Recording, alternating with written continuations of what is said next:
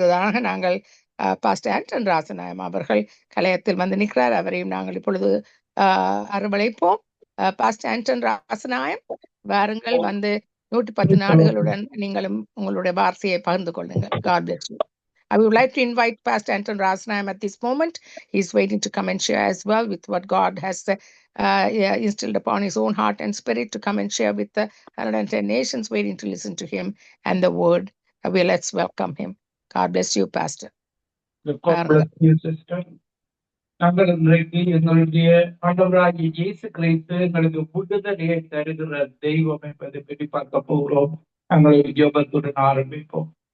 கிருபையும் இரக்கமும் பரிசுத்தமும் நிறைந்த எங்கள் அன்பு தகப்பனே, நிகழ்ச்சியை கேட்டுக்கொண்டிருக்கிற ஒவ்வொரு மக்களுக்காக ஜெபிக்கிறேன்.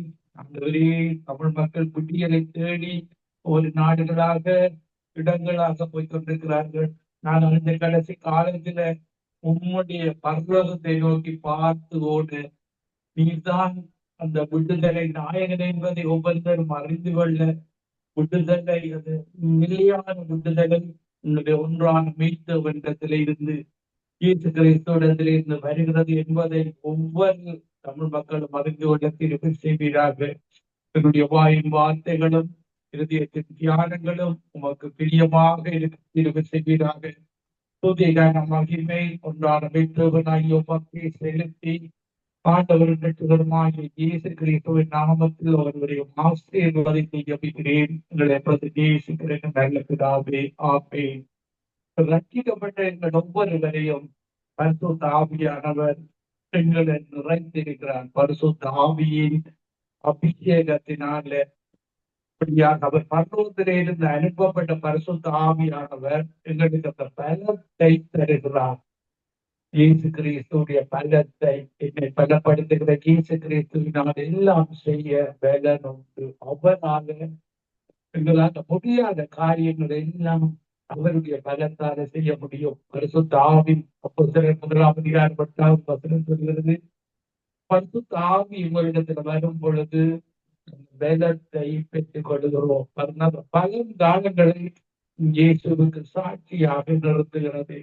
அன்றைக்கு பெந்தெகோஸ்தே நான் வந்தபோது எல்லாரும் ஒருமனப்பட்டு ஒரு இடத்துல கூடியிருந்த பொழுது இந்த பரிசுத்த ஆவியானவர் அவர்களை நிரப்பினது போல இன்றைக்கும் நாங்கள் ஒருமனப்பட்டு இந்த இடத்துல கூடியிருக்கிறது நிமித்தம் ஆவியானவர்களோடு இருந்து எங்களை நிரப்பி எங்களை பலப்படுத்துவார், சுகப்படுத்துவார், விடுதலையை தருவார். நோய்களோடு இருந்தால் கர்த்தரே ஆவியானவராக இருக்கிறார், அவர் விடுதலை தருகிறவராக இருக்கிறார். 2 Corinthians 3:11 பார்க்கும் பொழுது கர்த்தரே ஆவியானவர் எங்குண்டோ அங்கு விடுதலை உண்டு. அப்படியான தேவன் இந்த கடைசி காலத்தில பல மக்கள் அந்த அபிஷேகத்தை பெற்றுக்கொள்ள ஆவியானவர்களுக்கு உதவி செய்கிறவராக இருக்கிறார். எல்லாரும் ரட்சிக்கப்பட வேண்டும், எல்லாரும் இயேசுவை அறிகிற அறிவை அடைய வேண்டும் என்று விருப்பம் உள்ளவர் தான் எங்களுடைய ஆண்டவராகிய இயேசு கிறிஸ்து. நாங்கள் ஆராதிக்கிற தெய்வம் மெய்யான தெய்வம் என்பதை நீங்கள் எப்பொழுதும் மறந்து விடக்கூடாது. யோவான் 11:3 நாங்கள் ஆராதிக்கிற தெய்வம் ஒன்றான மெய்த்தேவனாகிய உம்மையும் நீர் அன்பவராகிய இயேசு கிறிஸ்து அறிந்து கொள்வதே நித்திய ஜீவன். எங்களுக்கு இவைக்கு வரும் மறுமையில அந்த இயேசுவோடு கூட வாழ்கிற வாழ்வை அந்த ஒன்றான மெய்த்தேவன் எங்களுக்கு தருகிறவராக இருக்கிறார். இன்றைக்கு அபிஷேகித்ததன் நோக்கம் கர்த்தராகிய தேவனுடைய ஆவியானவர் என் மேல் இருக்கிறார். ரட்சிக்கப்பட்ட ஒவ்வொருவர் மேலும் இந்த கர்த்தராகிய தேவனுடைய ஆவியானவர், என்னுடைய தேவன் ஆவியாக இருக்கிறார். தேவனுடைய ஆவியானவர் எங்கள் மேல் இருக்கிறார். சிறுமைப்பட்டவர்களுக்கு சுவிசேஷத்தை அறிவிக்க கர்த்தர் எங்களை அபிஷேகம் பண்ணி இருக்கிறார். இந்த கடைசி நாட்களில இந்த சுவிசேஷம் சகல மக்களுக்கும் பிரசங்கிக்கப்பட வேண்டும். அப்பொழுதுதான் அவர் இந்த முடிவை கொண்டு வருவார். இந்த உலகத்தின் முடிவு, இந்த உலகத்தின் 5 கண்டங்களில் நீங்கள் எந்த இடத்துல வாழ்ந்தாலும், எந்த கிராமங்களாக இருந்தாலும், அவர்கள் எல்லாருக்கும் இந்த சுவிசேஷம் அறிவிக்கப்பட வேண்டும். அவருடைய வார்த்தையின்படி இந்த உலகத்தில் உள்ள சர்வ சர்வ ஜனத்திற்கு விசேடமாக நாங்கள் அறிவிப்பது விசேடமாக தமிழ் மக்கள் ரட்சிக்கப்பட வேண்டும். தமிழில நாங்கள் செய்கிற நாம் தமிழ் மக்களை நேசிக்கிறோம். நீங்கள் அந்த இயேசு கிறிஸ்துவை ரட்சகராக ஏற்றுக்கொண்டு அந்த விடியலை நோக்கி, அந்த பரலோக விடியலை நோக்கி நீங்கள் இந்த காலங்களில அவரை அறிந்து கொள்ள வேண்டும், தேடிக்கொள்ள வேண்டும். பல மதங்களில வாழுகிற மக்கள் எல்லாரும் இன்றைக்கு இயேசு கிறிஸ்துவை தான் தேடிக்கொண்டிருக்கிறார்கள். பாருங்கள், மதங்கள் எல்லாம் மனிதனால உருவாக்கப்பட்டது என்று வேதாகமத்தில் எழுதப்பட்டிருக்கிறது. எப்படி மனிதன் மதங்களை உருவாக்குவார், அவர் இப்படியாக கை வேலையினால உருவாக்குவார் என்றெல்லாம் தெளிவாக குறிப்பிடப்பட்டிருக்கிறது. எங்களை ஆண்டவராகிய இயேசு கிறிஸ்து நிரப்பினது இப்படியாக சிறுமைப்பட்டவர்களுக்கு இந்த சுவிசேஷத்தை அறிவிக்கும்படியாக எங்களை அபிஷேகம் பண்ணி இருக்கிறார். அதற்காக தான் நாங்கள் இந்த சுவிசேஷத்தை உலக மக்கள் எல்லாருக்கும், எல்லா நாடுகளில் இருக்கிற மக்களும் இயேசுவை அறிந்து கொள்ள வேண்டும், மெய்யான தேவனை அறிந்து கொள்ள வேண்டும்.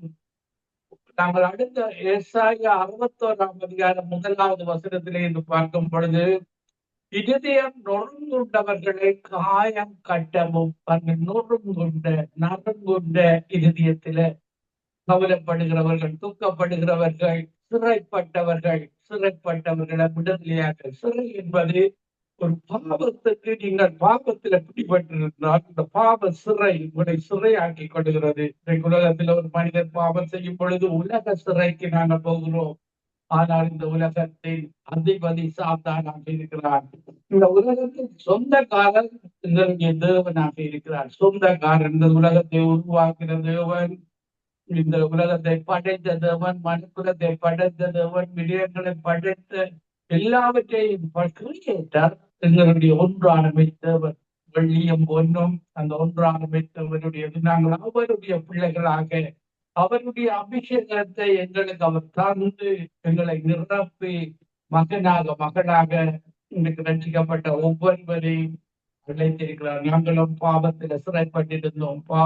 ரட்சிக்கப்படுவதற்கு முன்பாக பாவ சிறையில் இருந்தோம். இன்றைக்கு ஆதாமை முதலாக படைக்கும் பொழுது தேவன் பெர்ஃபெக்டாக படைத்தார். மரணம் இல்லாத ஒரு சரீரத்தோடு. ஆதாமும் பாவம் செய்ததன் பின்பாக இந்த சரீரம் உங்களுக்கு வந்தது. இந்த சரீரத்தில பாவ பிரமாணம் குடிகொண்டிருக்கிறது, பாவம் குடிகொண்டிருக்கிறது. அதனால்தான் இந்த கண்களின் நீச்சியால, மாம்சத்தின் நீச்சியால, ஜீவனத்தின் பெருமையான மனிதன் பாவம் செய்கிறான். பாருங்கள், ஹோமோசெக்சுவல்கள் பரேட்டை கொண்டாடுகிறார்கள். அப்படியாக பாவத்தின் பரேட்டாக அவர்கள் கொண்டாடுகிறார். நாங்கள் அந்த ஒன்றான மெய்த்தேவனை இயேசு கிறிஸ்துவை தேடி விடியலை நோக்கி பார்க்கிறோம். பாருங்கள், எல்லாரையும் அவர் மனம் திரும்பும்படியாகத்தான் நடக்கிறார். இந்த பாவத்துல வாழுகிறீர்களா?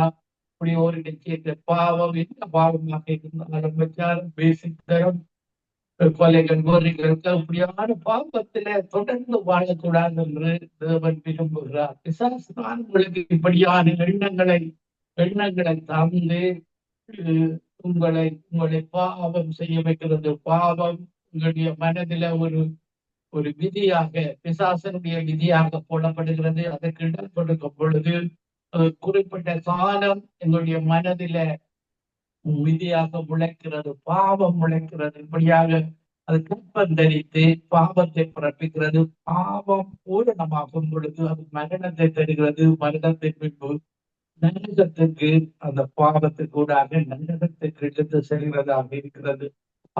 ஆதலால்தான் பாருங்கள், இந்த பிசாசு ஏஞ்சல்ஸாக இருந்து, ஒன்றான மெய்த்தேவனுக்கு கீழே ஏஞ்சல்ஸாக இருந்து அந்த லூசிபரசும் அவருடைய பாவ சேனையும் 3/4 சேனை விழுந்து போய் தேவனுக்கு விரோதமாக இன்றைக்கு செயற்பட்டு கொண்டிருக்கிறார்கள். மனிதரை தேவன் தமது சாயலாகவும் ரூபத்தின்படியும் படைத்தார். நீங்கள் தான் மதத்தை தெரிந்து கொண்டீர்கள். பாருங்கள், இன்றைக்கு பிசாசு மதங்களுக்கூடாக, மனிதர்களுக்கூடாக பிசாசு செயற்படுகிறவனாக இருக்கிறார். இயேசு எங்களுக்காக அவர் அந்த பிசாசின் கிரிகைகளை ஒழிப்பதற்காகத்தான் மனுஷகுமாரன் இந்த உலகத்தில் வெளிப்பட்டார். பிசாசில இருந்து தன்னுடைய சாயலாக படைக்கப்பட்ட மனிதன் ஒரு பொழுதும் அந்த நரகத்துக்கு போகக்கூடாது. அந்த அக்கினியும் அந்த இருக்கிற கடலில நித்தியமாக அழியக்கூடாது என்ற ஒரே நோக்கத்துக்கூடாக அவரை அனுப்பி அவரை விசுவாசிக்கிற ஒவ்வொருவருக்கும் பரலோகத்திலிருந்து அனுப்பப்பட்ட பரிசுத்த ஆவியை தந்து எங்களை பரலோக பிரஜைகளாக மாற்றி இருக்கிறார். எங்களுடைய தேசம் பரலோகமாக இருக்கிறது. பாருங்கள், சீடர்கள் கூட அன்னைக்கு பரிசேயர் சதுசேயர் அந்த ராஜா அந்த காலத்துல அரசாட்சி செய்தவர்கள் கூட உங்களுடைய ராஜ்யத்தை பிடிக்க போகிறார், அவர் போராடி பிடிக்க போகிறார் என்றுதான் அவர்கள் நினைத்தார்கள். தங்களுடைய பதவியை, தங்களுடைய ராஜ பதவியை. தேவனுடைய ராஜ்யம் எங்களுக்கு தான் வந்திருக்கிறது. இன்றைக்கு தேவனுடைய ராஜ்யம் பரிசுத்த ஆவியை பெற்ற ஒவ்வொருவருக்குள்ளும் தேவனுடைய ராஜ்யம் வந்திருக்கிறது. இது எங்களை முடிவு வரைக்கும் தேவனுடைய ராஜ்யம் எங்களுக்குள்ள வந்து எங்களுடைய பெயர்கள் தேவனுடைய ஜீவ புஸ்தகத்தில் எழுதப்பட்டிருக்கிறது. அபிஷேகம் பெற்று நடக்கிறவர்கள் அதை நாங்கள் திருக்கி போடாதபடிக்கு முடிவு பரியந்தம் அவருக்கு உண்மையும் உத்தமமாக இருந்து வாழும் பொழுது எங்களுக்கு அவர் அந்த நிரந்தரமான பரலோக ஆட்சியத்தை தருகிறார். இந்த உலகத்திலேயும் ஒரு 1000 வருட ஆட்சியை பிசாசு கட்டப்பட்டு இந்த உலகத்திலேயும் ஒரு 1000 வருட ஆட்சியில நாங்கள் வாழ முடியும். அதன் பின்பு பிசாசு கட்டவிழ்க்கப்படுகிறது. அந்த பிசாசு மீண்டுமாக வந்து போராடும். இரண்டாவது மரணத்துக்குள்ள பிசாசனுடைய தூதர்களும் பிசாசை பின்பற்றுகிற மனிதர்களும் நரகத்தில தள்ளப்படுவார்கள். ஒன்று நித்திய ஜீவனை பெற்று இயேசுவோடு இவருடைய ஒன்றான மெத்தவனோடு வாழுகிற வாழ்வு, மறுபக்கம் நரக வாழ்வாக இருக்கிறது. நித்திய நிந்தையாக இந்த பிசாசோடு வாழுகிற வாழ்வாயாக இருக்கிறது. பாருங்கள், நாங்கள் இயேசுவை தெரிந்து கொண்டோம். அது பரலோக வாழ்வை எங்களுக்கு தருகிறதாக இருக்கிறது. எங்களுக்கு அபிஷேகம் செய்யப்பட்டிருக்கிறது. இப்படியாக நாங்களும் பாவ சிறையில இருந்தோம், எங்களை விடுதலையாக்கினார். அதே போல இன்றைக்கு உலக பாவத்தில வாழுகிற ஒவ்வொருவரையும் அவரையும் சிறைப்பட்டவர்களாக இருக்கிறார்கள். சிறைப்பட்டவர்களுக்கு விடுதலையை, கட்டுண்டவர்களுக்கு விடுதலை கூறவும். கட்டப்பட்ட மனிதர்கள் எல்லாம் கட்டவிழ்க்கப்பட வேண்டும். மரங்களில கயிறுகளை கட்டுவார்கள், பாவத்தால கட்டி வைத்திருப்பார்கள்.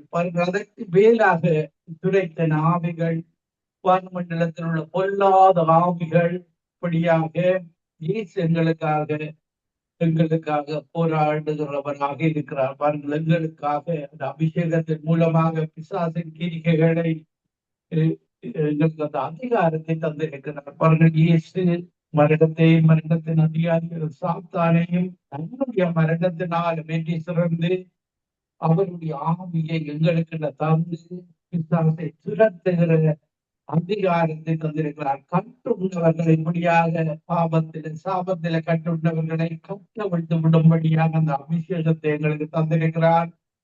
கர்த்தருடைய அனுக்கிரக வருஷத்தையும் நம்முடைய தேவன் நீதியை சரிக்கட்டும் நாளையும் கூறவும் அவர் வர போகிறார். இன்றைக்கு எல்லா மனிதர்களும் இன்றைக்கு உலகத்தில் நடக்கிற காரியங்கள் வேதாகமத்தில் சொல்லப்பட்டபடி நடந்தேறிக் கொண்டிருக்கிறது. கடைசி நாட்களில் மனுஷர் தற்பெரியராக, பணப்பெரியராக, அன்பில்லாதவர்களாக, இப்படியாக தீமையான வழியில வாழுவார்கள் என்று கூறப்பட்டிருக்கிறது. போய் அவருடைய அனுக்கிரக வருஷம், அவருடைய ரட்சிப்பின் நாட்களாக இந்த நாட்கள் இருக்கிறது. இயேசுவை அறிந்து கொள்கிற நாட்களாக, பரலோக பிரிவுகளாக ஒவ்வொருவரும் பரலோக ராஜ்யத்தை எங்களுக்குள்ள ஆவியானவரை பெற்று எங்களுக்குள்ள அவரை அனுமதிக்க இயேசு அழைக்கிறார். உங்கள் ஒவ்வொருவரையும் நீங்கள் இயேசு என்று சொல்லும் பொழுது என்னை மன்னியும், என்னுடைய பாவத்தை மன்னியும் இயேசுவே, எனக்குள்ள வாரும். நீங்கள் தான் சொல்ல வேண்டும், என்னுடைய பாவங்களை மன்னியும், என்னை பரிசுத்த ஆவியானவரை எனக்குள்ள தந்து நீர் எனக்குள்ள வாசம் செய்யும். பாருங்கள், அவர்களிடத்துல பழத்தை கேட்கவில்லை, பொருளை கேட்கவில்லை, உங்களுடைய இருதயத்தை கேட்கிறார். இருதயம்தான் மனுஷனில பொல்லாத இருதயமாக இருக்கிறது. இதுக்குள்ள இருதயம் பாருங்கள், இருதயத்தில கடின இருதயம், இதுகளை தேவன் பிரியப்படுகிறவர் அல்ல. தொடர்ந்து படியாக கடின இருதயத்தோடு வாழும் பொழுது பாருங்கள், அவர்கள் கடின இருதயமானவர்களை தேவன் ஒரு நாள் செங்கடலில பார்வோரின் இருதயம் கடினமாக இருந்தது. செங்கடலில மூழ்கடிக்கப்பட்டான். நாங்கள் அவரிடத்துல சதையான இருதயமாக நவமான ஆவியை பெற்று அவருடைய ஆவியை பெற்று எங்களுடைய இருதயத்தை சதையான இருதயமாக இரக்கமுள்ள இருதயமாக இயேசு எல்லா இடத்திலையும் சுற்றியிருந்தார். எல்லா மக்களும் அவரிடத்துல நன்மைகளை பெறுவதற்காக வந்தார்கள். அவர்தான் நீதியை சரி கட்டினார். நீதி நடக்க போறது. இயேசுதான் நீதி. இயேசுவை விசுவாசிக்கும் பொழுதுதான் இந்த நீதியான அவருடைய ராஜ்யத்துல எல்லாரும் வாழ முடியும். நீதி சரி கட்டு நாளை கூறவும் உயரப்பட்ட அனைவருக்கும் ஆறுதல் செய்யவும். இந்த உலகத்துல நீங்கள் துயரப்படுகிறீர்களா? அது நல்லதென்று நிகழ்ந்தவர்கள். இயேசு எனக்கு அந்த அவருடைய ராஜ்யத்துல எனக்கு அந்த வாழ்கிற வாழ்வை தருகிறார். இயேசுவை நீங்கள் தியானித்துக் கொள்ள வேண்டும். இயேசுவை அழைத்துக் கொள்ள வேண்டும். துயரப்படும் பொழுது, கஷ்டம் வரும் பொழுது, அவர்கள் மீது அனுமதில கூறப்படுகிறது. லூக்கா 15ஆம் அதிகாரத்துல ஒரு ஏழை லாசரசு பணக்காரனுடைய வீட்டுக்கு வாசற்படியில வாழுகிறான். பாருங்கள், அவன் உணவில்லாமல் உணவுக்காக கஷ்டப்பட்டு வாழுகிறான். ஆனால் அந்த ஐஸ்வர்யவான் ரத்தாம்பரமாக சம்போகமாக வாழ்கிறான். பாருங்கள், இப்படியாக இருவரும் மறிக்கிறார்கள். இந்த ஏழை லாசரசுவாக வாழ்ந்த மனிதன், தேவனுக்கு பிரியமான மனிதனாக அவன் இருந்திருக்க வேண்டும். நிச்சயமாக தன்னுடைய துக்கத்தில, கவலையில, கண்ணீரில வாழ்ந்த மனிதன் மனித பின்பு ஆபிரகாமின் மடியில சந்தோஷமாக வாழ்கிறார். இந்த ஐஸ்வர்யவான் இதயமுள்ளவனாக, அவனுக்கு உணவு கொடுக்காதவனாக, பாருங்கள், அவருடைய கருக்களை நாய் நக்கிட்டு இப்படியாக இந்த உலகத்தில துன்பமாக துயரமாக வாடுகிற நீங்கள் ஒவ்வொருவரும் இயேசுவை அழைத்துக் கொள்ள வேண்டும். இருந்தாலும் நீங்கள் இருந்த இடத்திலே இயேசுவே உம்மிடத்துல என்னுடைய ஆத்மாவை தருகிறேன். என்னுடைய இதயத்துக்கு அவ்வாறு நீங்கள் தனிமையில இருந்து கவலைகள் வரும் பொழுது, தூக்கம் வரும் பொழுது, என்னால முடியல, நீர் இயேசுவே நீர் இந்த பிரச்சனையை கேண்டில் பண்ணும். நீங்கள் யாராக இருந்தால் இருந்து நீங்க கூப்பிட வேண்டும். உங்களுடைய துக்கத்தில, கவலையில,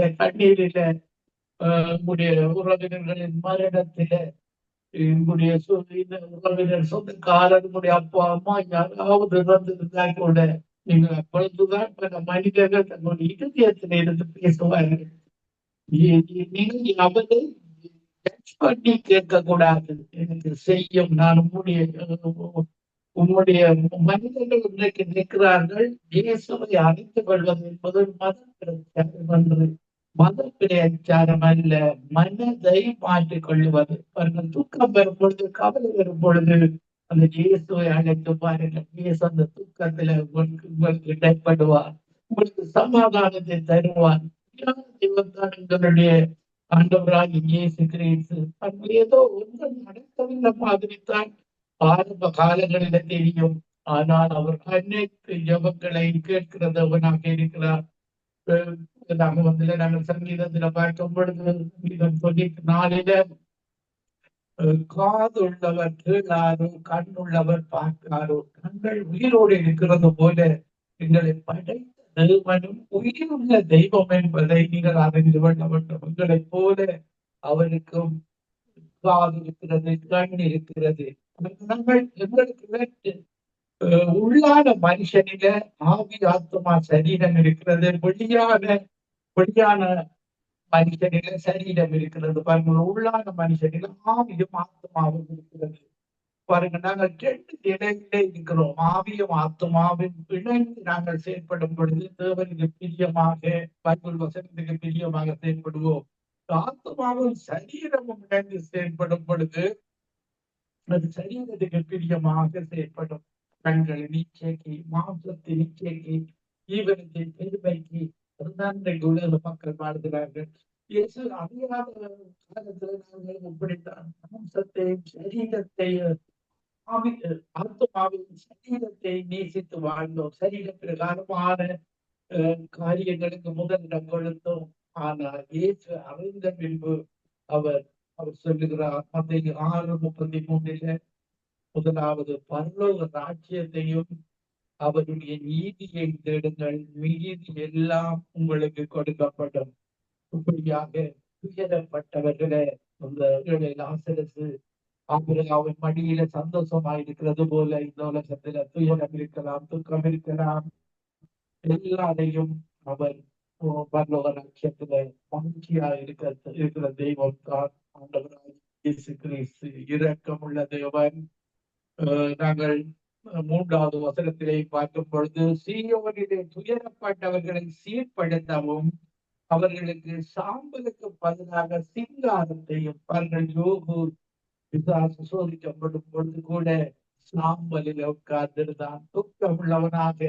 பாருங்கள், யோபு ஒரு உத்தமனாக இருந்தாலும் பிசாசு வந்து எங்களுடைய ஒன்றான மெய்த்தவன்றதுல அனுமதி கேட்கிறான் நான் யோபுவை சோதிப்பதற்கு. பாருங்கள், ஒன்றான மெய்த்தவன் ஏனென்றால் அவன் ஏஞ்சல் சாமி இருந்துதான் பிசாசாக மாறினவன்.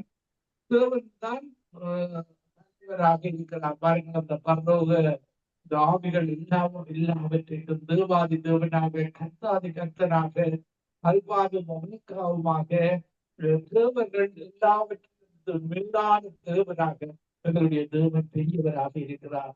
அவரிடத்துல வந்தான் சாத்தான் அனுமதி கேட்கிறான். அப்பொழுது தேவன் அனுமதிக்கிறார். ஆனால் அவருடைய உயிரை மட்டும் எடுக்காது. இப்படியாக அவன் சோதிக்கப்பட்டு சாம்பல்ல இருந்தவன் பாருங்கள் சிங்காரத்துக்கு மாறினான். சிங்காரமாக 8 மடங்காக அவன் உத்தமத்துல இருந்ததன் நிமித்தம் அவன் 2 தனியாக ஆசீர்வதிக்கப்பட்டார். நாங்கள் யோபு 1ஆம் அதிகாரத்துல பார்க்கும் பொழுது அவனுக்கு இருந்த ஒட்டகங்கள் எல்லாம் 2 மடங்காக 48ஆம் அதிகாரம் 12ஆம் வசனத்தில் 2 தனியாக தேவன் ஆசீர்வதித்துக் கொடுத்து சௌந்தர்யமான பிள்ளைகளையும் யோபுவுக்கு கொடுத்து நீண்ட ஆசையை கொடுத்ததை பார்க்கக்கூடியதாக இருக்கிறது. துயரத்துக்கு பதிலாக யோபுடைய துயரத்துக்கு பதிலாக அவர் ஆனந்த தைலத்தை கொடுத்து அவருடைய ஆனந்த தைலம் வரும் பொழுது எங்களுக்கு அந்த சந்தோஷத்தை தருகிறது. பாருங்கள், அவருடைய அபிஷேகத்தை நாங்கள் அதிகரித்து வரும் பொழுது நாங்கள் ஜபிக்கும் பொழுது துதிக்கும் பொழுது துயரங்கள் எல்லாவற்றையும் அவர் எடுத்து போடுகிறது தேவனாக இருக்கிறார். ஒட்டங்கின ஆவிக்கு பதிலாக புத்திய நாடே தருகிறார். பாருங்கள், எங்களுக்கு ஒரு ஒட்டங்கின் ஆவியாக ஒரு கவலையோடு ஒரு உற்சாகம் இல்லாத ஆவியாக இருந்தால் நீங்கள் துதிக்க வேண்டும். துதித்து தேவனை உயர்த்த வேண்டும். பாருங்கள், தேவன் மீன்களுக்கு சேரா மீன்களுக்கு மத்தியில வாசிக்கிற தேவன் ஏஞ்சல்ஸ் துதிக்கிறது. பரிசுத்தர் பரிசுத்தர் பரிசுத்தர், ஹோலி ஹோலி ஹோலி. இப்படியாக 24 மணி நேரமும் பரிசுத்தர் பரிசுத்தர் பரிசுத்தர். இந்த உலகத்தில நீங்கள் எல்லாரையும் பரிசுத்தமாகிறவர் கர்த்தராக இருக்கிறார், இயேசுவாக இருக்கிறார். பாருங்கள், எங்களுடைய சரீரத்தை நாங்கள் அவரிடத்தில் ஒப்புக் கொடுக்கும் பொழுது ரோமர் 12ஆம் அதிகாரம் 1வது 2வது வசனத்தில நாங்கள் எங்களுடைய சரீரங்களை பரிசுத்தமாக வாழ இயேசு கிறிஸ்துவுக்கு ஒப்புக் கொடுக்கும் பொழுது அவர்களுடைய எங்களை பரிசுத்தமாக்குற கர்த்தராக இருக்கிறார். அவரை போல எங்களை மாற்றுகிறவராக இருக்கிறார். இந்த காலத்தில் அவர் சொல்லுகிறார், பரிசுத்தம் உள்ளவன் இன்னும் பரிசுத்தமாக வேண்டும். நாங்கள் பரிசுத்தமாக இயேசு கிறிஸ்துவுடைய துதியாக நாங்கள் அவரோடு வாழுகிற வாழ்வுக்கு போகிறோம். அவரை போல் ஈக்குவலாக மாறுகிறோம். அப்படியாக அந்த இயேசு கிறிஸ்து பரிசுத்தத்துல நாங்கள் 100% இயேசுவை போலும் நாங்களை மாற்றுகிறவராக இருக்கிறார். பாருங்கள், இந்த மண்ணான சரீரம் ஆதாமோவால் பாவத்தின் பின்பாக உண்டான இந்த மண் சரீரம் அகற்றப்பட்டு புதிய ஆடையை தந்து பரலோக ஆடையை தந்து அவர் எங்களை அந்த பரலோக பிரஜைகளாக அவரோடு வாழ்கிற வாழ்வை அவர் தருகிற தேவனாக இருக்கிறார். அவர்கள் கர்த்தர் தம்முடைய மகிமைக்கென்று நாட்டின நீதியின் விருட்சங்கள் எனப்படுவார்கள். நீதி இயேசு கிறிஸ்து. இந்த சுய நீதிகளை நீங்கள் எடுத்துக் கொள்ளக்கூடாது. மனிதனுக்கு ஒவ்வொரு மனிதனுக்கும் ஒவ்வொரு நீதி இருக்கும். சுய நீதியாக இருக்கிறது. நாங்கள் தேவனுடைய நீதியை, இயேசு கிறிஸ்துடைய நீதிதான் எங்களுடைய நீதியாக நாங்கள் எடுத்துக்கொள்ள வேண்டும். வேதாகமத்திலே என்ன சொல்லப்படுகிறதோ அதன்படி நாங்கள் வாழ கற்றுக்கொள்ள வேண்டும். எங்களைத்தான் நாங்கள் திருத்திக் கொள்ள வேண்டும். பாருங்கள், இயேசு வார்த்தை ஆனவர் மாம்சமாகி வார்த்தை நாங்கள் பார்க்கும் பொழுது யோவான் 1 அதிகாரம் 1வது வசனம் சொல்லுகிறது, ஆதியிலே வார்த்தை இருந்தது, வார்த்தை தேவனிடத்தில் இருந்தது, வார்த்தை தான் தேவன். இந்த வார்த்தை மாம்சமாகிறது. மாம்சமாகி இயேசுவாக இந்த உலகத்துல வெளிப்பட்டார். பாருங்கள், இயேசுவாக வெளிப்பட்டு அவர் வார்த்தையின்படி வாழ்ந்து காட்டினார். வார்த்தைக்கு தவறாக அவர் எந்த ஒரு காரியம் கூட செய்யவில்லை. அவர் 8ஆம் அதிகாரத்துல சொல்லுகிறார், என்னில் பாவம் உண்டென்று உங்களில் யார் குற்றப்படுத்த கூடும். நாங்கள் பாவிகள். நாங்கள் தாயின் வயிற்றில பிறக்கும் பொழுது இந்த உலகத்தில் யாரும் சொல்ல முடியாது, நான் பரிசுத்த நாங்கள் இயேசுவை தவிர. இயேசு மட்டும்தான் பரிசுத்த. நாங்கள் எல்லோரும் பாவிகள். அவருடைய இரத்தத்தினால் இன்றைக்கும் அவருடைய இரத்தம் உயிருள்ள இரத்தமாக இருக்கிறது. அவருடைய சரீரம் அழிவை காண்பதில்லை, அழிவு காணவில்லை. பாருங்கள், இப்படியாக சரீரத்தில் இருக்கிற இரத்தம் அழிவை காணவில்லை. அவர் உயிர்த்தெழுந்து சரீரத்தை காண்பிக்கிறார். தோமாவுக்கு பாருங்கள், தோமா கூட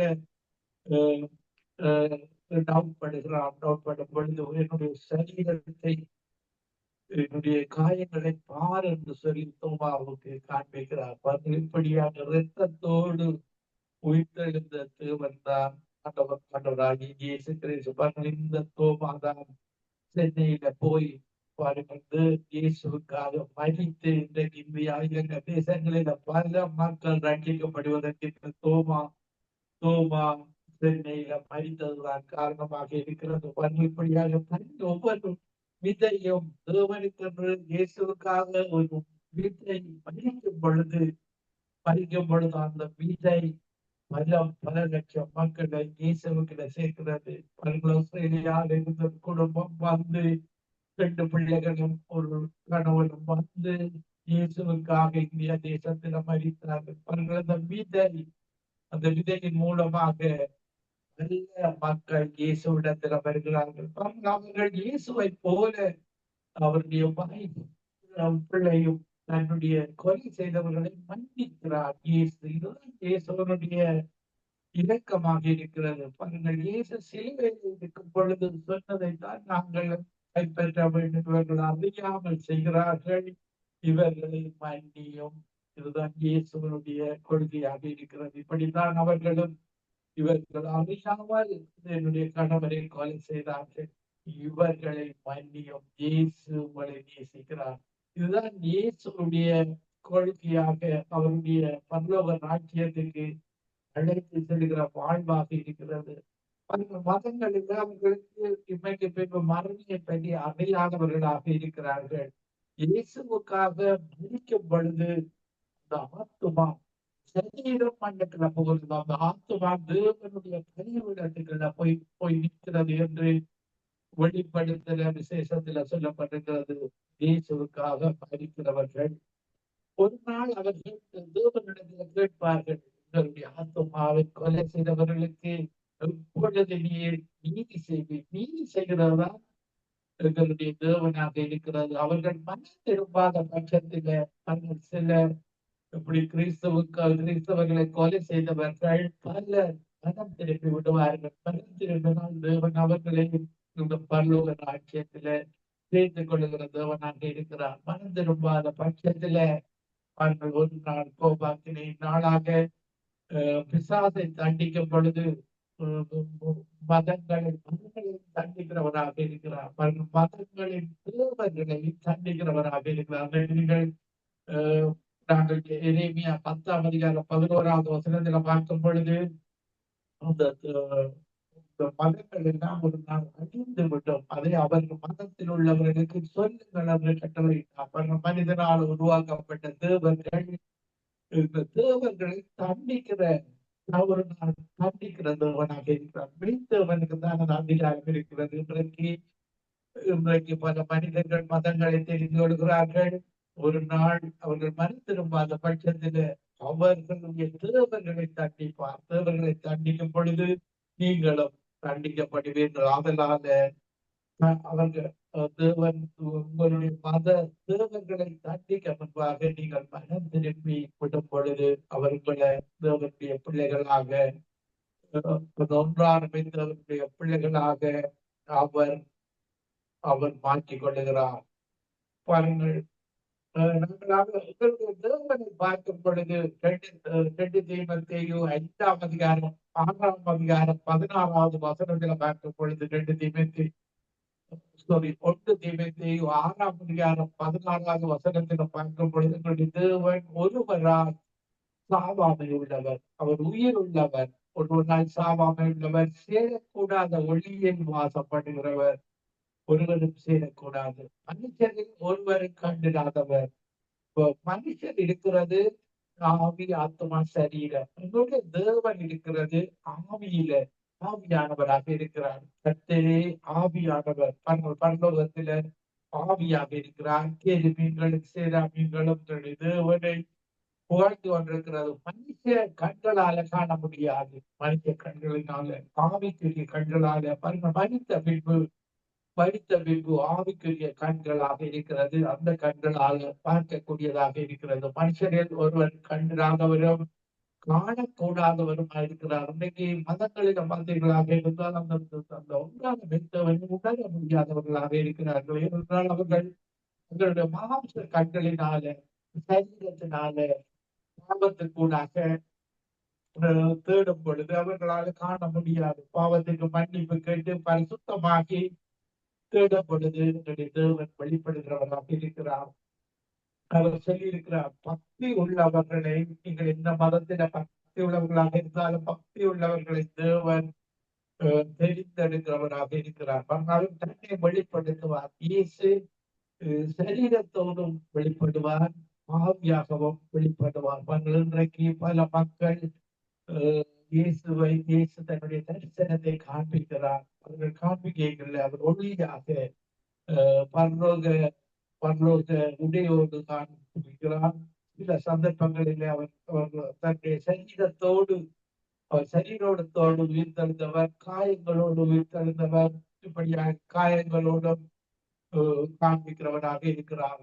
ஒருவராய் சாவாமை உள்ளவரும் சேரக்கூடாத ஒளியில் வாசப்படுகிறவரும் கண்டுகிறவரும் மனுஷனில் ஒருவர் கண்டிடாதவரும் காணக்கூடாதவரும் இருக்கிற அவருக்கே துதி கன மகிமையை நாங்கள் அவருக்கு தான் அவருக்கே கனமும் நித்திய வல்லமையும் உண்டாயிருப்பதாக. ஆமென். அந்த ஒன்றான மெத்தவருக்கு தான் நீங்கள் மகிமையை செலுத்த வேண்டும், கனத்தை செலுத்த வேண்டும். இப்படியான தேவன் தான் எங்களுடைய தேவனாக இருக்கிறார். உங்களுக்காக ஜெபிக்கிறேன்.